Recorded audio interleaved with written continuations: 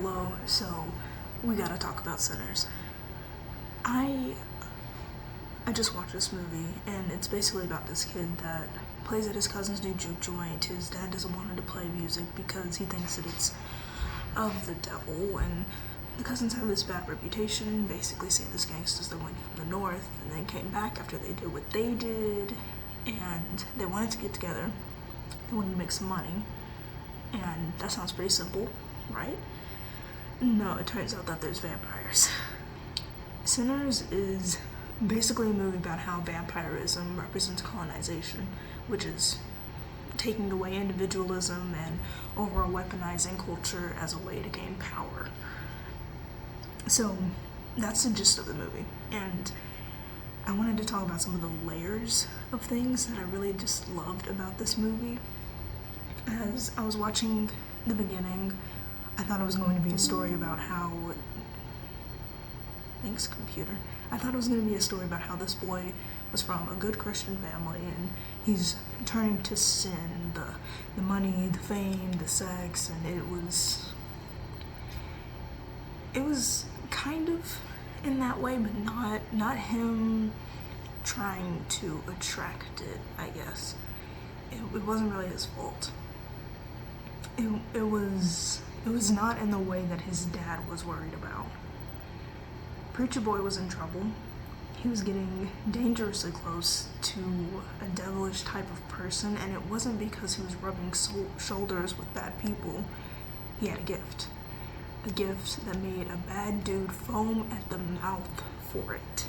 The vampires, to me, represented like culture vultures, and it's the type of people that would take their privilege and use it in turn to get what they wanted, because who they were was also taken away from them for the sake of colonization and assimilation. So what I mean by that is this vampire was an Irish man. Remnick said himself in a scene that a prayer was used by his oppressors onto him, and yet the word still brought him comfort. And I saw that he was apparently doing like an Irish dance, but it was counterclockwise, which is typically used to curse people. I got this from TikTok. I don't know if that's correct. I didn't do research on it, but if that's true, then that's pretty cool. This vampire was the I don't see color type, and he wasn't a clan member, but he understood the experience of being colonized, and yet he still wanted to create this hive mind where people had access to everyone's experience for the sake of power. Not cultural appreciation, but an unconsenting cultural melting pot used to take everyone into this vampire coven. He was so hurt that he wasn't welcome there. It tore him up that he wasn't able to be part of what they had, so he forced his way in. When he went to those white people at the beginning, seeing the clan robe and trying to appeal to their sense of community, it made sense. Because white supremacy doesn't work unless you have numbers, unless you have power, unless you have influence. When the people that were oppressed join the oppressors out of proximity, it helps their general cause. They were also a tool for the Klansmen. The couple that was with the main vampire knew that the head Klansman was going to take them out anyway, so he saw it as a mercy killing, a way to save them. And yet you're doing the same thing they're going to do, only worse. Like, I feel like getting mass slaughtered is one thing, getting turned into a vampire, forced to live eternity in the dark with the hive mind, completely losing who you are for the sake of the group, and never being able to feel the sun's warmth again, could be worse in a way, but that's just me. He was really funny though. I thought he did a good part. So, in the beginning, Sammy saw the vampire when he was with his father. That honestly says enough about him. Getting back to Preacher Boy though, I think about him as a black kid trying to live. You know, his dad is telling him to practice a religion that was forced onto him and people before him. I apologize if this offends anyone. I know that some places in Africa practice Christianity and that it brings comfort to a lot of people in general. I do think Christianity at its core is a religion of peace and understanding. In this context, I think it was used as a scare tactic. And to say, like, don't play music because it brings out the devil, and it did, but it also connected with ancestors. It connected with spirits of past, present, and future. It opened up people's hearts, even if it was just for a few hours. A tactic was used to keep slaves under their oppressor's thumb, used to erase who they are and keep them in line. Keep them in the fields and don't practice your culture that was passed down to you. Preacher Boy wanted to get out of there, and he was intent on doing that. His cousins wanted what was best for him and threatened to kill him if he stayed on the path that he was going down, because he was afraid of the dark side of all of that. His family's concerns were valid, but it wasn't right to try to stop him from doing it completely, because it was him. He had a gift, and it was going to reach people regardless. Mary. I love Haley Steinfeld in this. Doesn't she look so pretty? Anyway, this girl was desperate for community, and I understand that. She had a white husband waiting for her, a whole white life outside of them. She wanted to be with her black man, spend time with her black friends. She lost her mother, who I think she said her mother's dad was half black. And if I'm doing my math right, that means she's like 1/8. I myself would think that just makes you white. One dropper was a thing, but like she could easily pass as white at that time and now. And I understand that she still wanted a connection to that part of her, especially after losing her mother. She wanted to bridge that gap between the white people, aka vampires, and the black people. She was trying to use her white privilege to support a small black business, and I vibe with that. I feel like it could also symbolize bringing those parts of her together. And I appreciate the line where the vampire is trying to kind of lure her into a sense of peace and fixing her, and her being taken aback by that. She wasn't broken. She was hurting, of course, but she didn't need to be fixed. And that's what white supremacy tries to do to you. If you just do this, this, and this, then you'll be accepted. You'll be fixed. You'll be okay. Just straighten your hair, follow this religion, know your place, don't talk back, bleach your skin, stay in the blacks only side of the road. If you follow the rules, you'll finally be one of the good ones. Vampirism seemed to be colonization finally taking over. Annie, she's just, man, I could listen to her talk all day. She's beautiful. She's talented. She was just the heart of the film, honestly. Like, yeah, Preacher Boy was the one that had this amazing talent, bringing people together, tapping into this unbelievable magic, but she was the one that kept everyone alive. And smart, at least for a little while. She's the culture. She is a part of blackness that was kept alive and continues to keep alive because we all take part of it. Or really, she was the only one, but as long as you're still taking part of it, it stays alive, basically is what I'm trying to say. The mojo bag that she made for her man kept vampires away. It kept him from getting shot until he took it off. That is true power. She trusted her instincts and knew something was up with most of the vampires. She helped out kids and people in her community. She was independent and smart. The power that she held was just as sought after as Preacher Boy's power. That's why she knew she couldn't be taken into the vampire side. Her knowledge of all of this would have been used for the worst. Some people just shouldn't know certain things. Like, do not practice hoodoo. Do not try to summon anyone you know little to nothing about. Some things are just not meant for you. And what's sad is that people that should know it and should be a part of it reject it because the white man told them to. There's years and years of pain and suffering and death that comes with the conversion from spiritual practices to another religion. There's black people today that think African spiritual practices are from the devil because of colonization. And despite thinking that they still unconsciously practice things that align with it, like certain superstitions, I'm sure the preacher wouldn't have wanted to interact with her. Exactly. Perline. She knew she was hot and she used that. Honestly, she was kind of used as a way for Preacher Boy to step into adulthood, but she was also a character that had her standalone moments. I feel like when the two of them were in the closet, it wasn't meant just for Preacher Boy, it was a moment for her to grow too. Maybe she felt tied down by her marriage and wasn't able to explore herself as a woman, as a person even. And now she's able to party and have experiences, and in the end she really did care for him.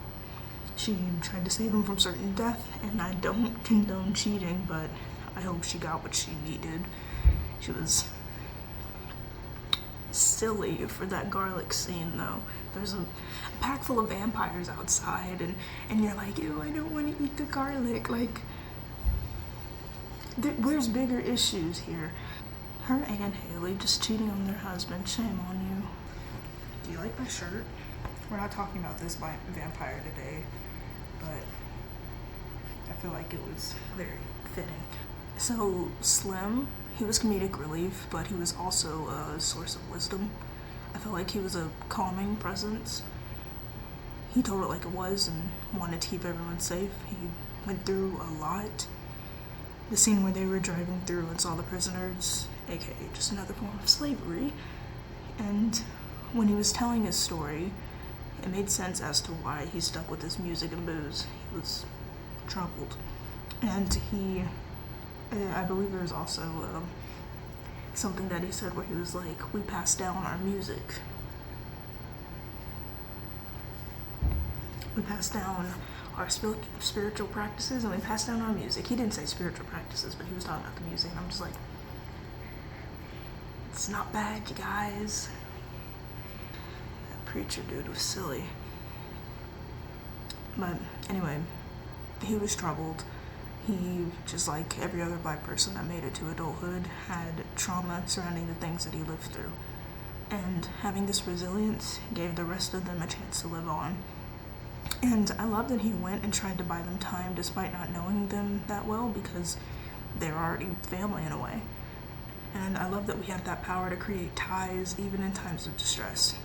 Although, I wish he took one of them down while he was getting munched on, but I get it, he was drunk. Speaking of getting one of them while you're going down, let's talk about Grace and her husband, Bo. So, minority solidarity. Until something happens. Her, not him. Bo, I feel like, wanted to stay and help with whatever was going on, but ultimately he listened to his wife, which, fair enough. I had a feeling that she was going to be selfish. She started losing it right when stuff started happening. It was a monetary bond with them and the twins they had. It was mostly about money, I would say. They still tried to save her despite that, and that's kind of sad because she put them in danger. I understand that you lost your husband and your daughter is still out there, but girlie, there are better ways to go about this. This wasn't the way to go. Maybe she was used to working for the white people. Maybe the husband was the one that was all the solidarity. This would be a different ending if he didn't go outside. On a better note, I thought that it was beautiful that they had representation too when the ancestors came out during the song. Everyone got together in the moment, and it's sad that your personal vengeance blinds you from being level-headed. She cared for her daughter, but she didn't care about the people that cared for her, and that led to everyone's downfall. In order to make it, we need to remember the bigger picture. Tearing down the system that is literally eating away at everyone should be their top priority in order for everyone to survive. Even if you think of it in more of a singularity standpoint, ultimately this bigger picture would have saved you and your daughter. If you had come up with a better plan, instead of inviting them in, you would have saved more people. I do appreciate her at least taking one of them down, like unflinchingly while burning down. That was badass. Okay, the twins. I love their relationship. They really cared for each other and went through a lot. They got out of a certain life, but it was at a cost. They did a lot of bad things and hurt the people they love in the process. Despite having this bad reputation, they managed to help their own community, and yeah, the juke joint was for money, but they ended up making it a place for people in the area to just be people for a while. Smoke really wanted to protect his brother, and he just couldn't kill him in the end. His hands were shaking throughout the movie, and I didn't even notice that until I looked back at some things.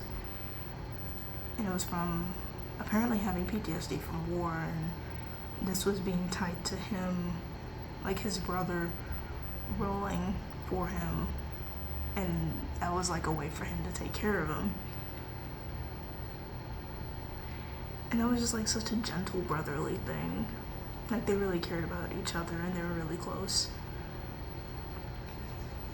This whole movie just has different types of relationships and shows how love can affect people versus how control can affect people.